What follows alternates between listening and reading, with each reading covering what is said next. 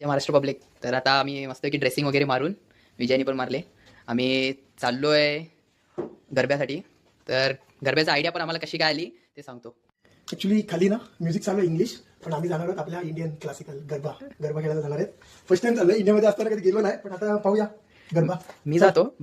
तर विजय रात्री 12 वाजता अबुधाबीमध्ये काय काय आपले मराठी इव्हेंट्स वगैरे काय काय असतात हे जस्ट असं डिटेल इन्फॉर्मेशन काढत होता.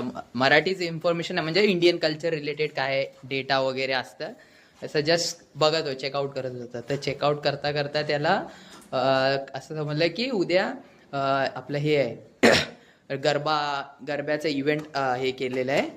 तर म्हणून मग आम्ही बोललो चला बघू तर काय आहे. मग ओपन केलं पेज वगैरे, तर तिथे बुकिंग वगैरे होती. तर मग रात्री 12:30 वाजता आम्ही 2 पासेस बुक केलेत आणि आता बघू. आता इव्हेंट बसनी जाणार आहोत. इथल्या बस तर सगळ्या AC वाल्याच आहेत, पण अजून एक स्पेशल म्हणजे बघा बस स्टॉप आहेत. सगळे बस स्टॉप आहेत, त्यांच्या आतमध्ये AC आहे. म्हणजे बाहेर किती पण गरमी असली तरी काय टेन्शन नाही की बाबा बसची वेट करत बसायचं आपल्याला वगैरे, असं काय नाही. म्हणजे प्रॉपर AC वाल्या रूम्स बस स्टेशन्स आहेत. ते एक भारी फॅसिलिटी आहे इथे. तर आता आम्ही आलोय.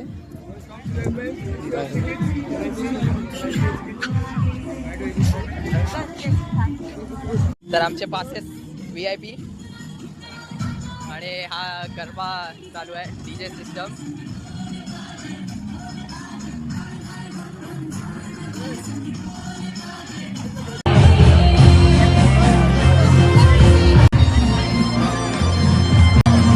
टिश्यू पेपर भेटलेत.